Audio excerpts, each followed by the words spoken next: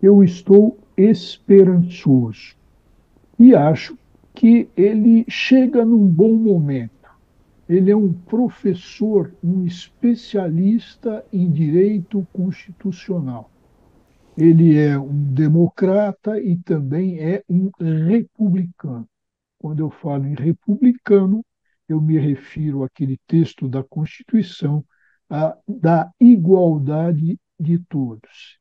Então, ele chega num bom momento, num momento de consolidação democrática, depois de atos golpistas e depois desse governo golpista do Bolsonaro. Ele chega, e qual é a sua primeira grande tarefa? É cumprir aquilo que o Montesquieu dizia, e a nossa Constituição adotou, Diego, que é a harmonia entre os poderes. E ele falou isso na sua manifestação. E o que, que tem ali de desarmônico? No momento, o parlamento, especialmente a Câmara e o seu presidente Lira, que vem entendendo que o Supremo está a invadir a competência do Poder Legislativo. O Barroso, como professor, deverá é, entrar e resolver esse problema, porque uma coisa, Diego e o Tales sabe muito bem, uma coisa é legislar, outra coisa é ser provocado para julgar uma questão constitucional. Se falou do marco regulatório, o Supremo foi provocado. Se está falando na questão das drogas, o Supremo foi provocado a dizer a Constituição. Evidentemente que o Supremo, às vezes, atravessa a linha demarcatória, a linha da sua competência, que demarca a sua competência. É isso que o Barroso precisa ajustar. Parece que muita gente no Congresso Nacional vem achando que o Supremo está invadindo, está ultrapassando essa linha de competência. Por vezes, sim, e o Barroso tem que corrigir isso. No primeiro momento, eu vejo assim, tem muito mais coisa que a gente vai falando aí no curso da nossa conversa. Mas para o Barroso fazer tudo isso, ele tem que ficar muito atento ao sistema de freios e contrapesos, que estabelecem a competência, ou seja, ele precisa azeitar bem isso. E precisa também é, se segurar um pouco, porque ele é aquilo que os franceses chamam ample de soi-même, e que nós aqui chamamos de pedante, de presunçoso. Ele precisa se segurar nisso, segurar a língua. Ele tem a Rosa Weber, nós vimos, é uma magistrada, tem formação de magistrada, vinha da Justiça do Trabalho, era contida, fez essa maravilhosa presidência, muito firme e com brilhantismo. Agora, o Barroso precisa. O Barroso já, a formação dele é de advogado, de professor. Então, ele precisa se segurar um pouco. E, para isso, basta ele olhar para trás, para as escorregadas que ele já deu. Senão, ele vai virar mané, né? Realmente é um momento de tensão, digamos assim, entre o Congresso e o Supremo, e até o presidente do Senado, que vinha se mostrando como uma figura pacífica, apaziguadora, acabou comandando a, essa votação do marco indígena, né? E marco temporal, e comandando essa votação, que é um gesto de enfrentamento com o Supremo, porque o Supremo decidiu que não há marco temporal. E o, e o Congresso quer estabelecer, tentou estabelecer a 1988 como marco em que as terras indígenas deveriam ficar como estavam. A partir dali, poderia haver mudança, não poderia haver mais novas demarcações, etc. e tal. O, o, o Supremo mudou isso, disse que essa interpretação, isso é uma interpretação errada da Constituição, e pronto, acabou com isso. Agora, por um lado, o Rodrigo Pacheco como eu disse, é mais pacificador. Ele está no momento de acenar internamente para o Senado, para os senadores, porque vai ter eleição no Senado, etc., e ele quer ter influência na escolha do seu sucessor. E lá, ao que parece, ele deve trabalhar pelo Davi Alcolumbre e está tentando atrair os, o centrão, a turma, os conservadores, a oposição, PL, os bolsonaristas, para apoiarem o Davi Alcolumbre. Vamos ver se. E daí ele deu essa guinada no estilo dele, mas ele continua no, na área de influência do governo. Eu acredito que vai acabar procurando um entendimento. É da natureza do Rodrigo Pacheco tentar procurar um entendimento. Não é o caso do Arthur Lira. Como disse o professor Walter, o Arthur Lira está em plena guerra com, a, com o Supremo e vai tentar esticar essa corda ao máximo, até porque, no entendimento dele, quanto mais tensão houver no ambiente político, mais ele pode obter benesses do Poder Executivo e trazer o Poder Executivo para o seu lado. É uma estratégia comum do Centrão, essa, de criar problemas para vender facilidades. Então, é esse o momento, e eu acho que não nos iludamos com o nosso novo presidente do Supremo.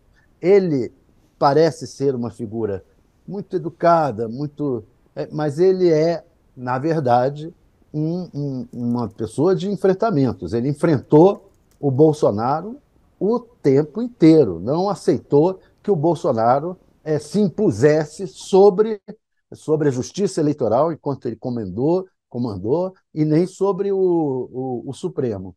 Então, eu acredito, e ele deixou isso bem claro no discurso dele, deixou bem claro que a questão da defesa da democracia é fundamental. Vamos lembrar que ele fez aquela frase para os bolsonaristas, né? Vocês perderam, né?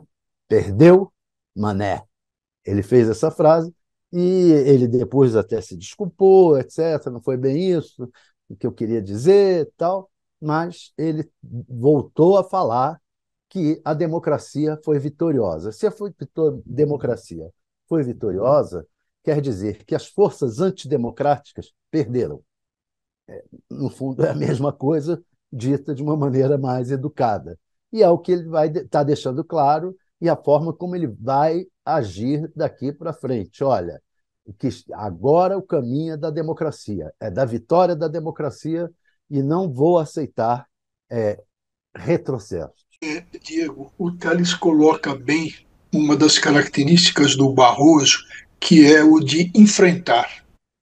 E eu acho que essa característica, e que ele mostrou bem quando estava no Tribunal Superior Eleitoral, embora tivesse cometido aquele erro crasso, aquela matada de canela, a hora que ele chamou as Forças Armadas para fiscalização do sistema eleitoral, mas ele é uma pessoa forte, ele enfrenta, e é um dado positivo, porque ele enfrenta dentro da Constituição, dentro das leis.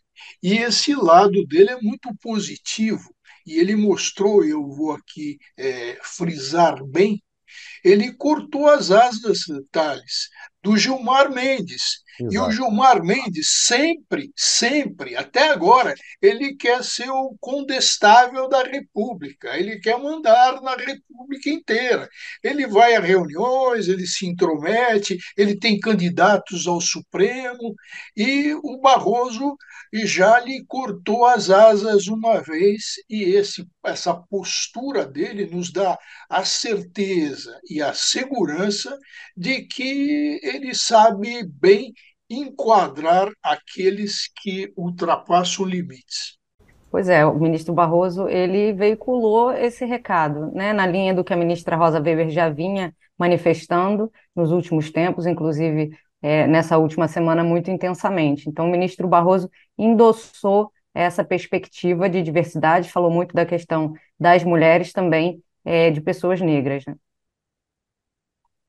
E qual que é a expectativa da senhora? São três homens, né, cotados até aqui, pelo menos os mais cotados. O presidente Lula já falou que não vai vincular as questões de gênero e raça à escolha aí para o Supremo Tribunal Federal.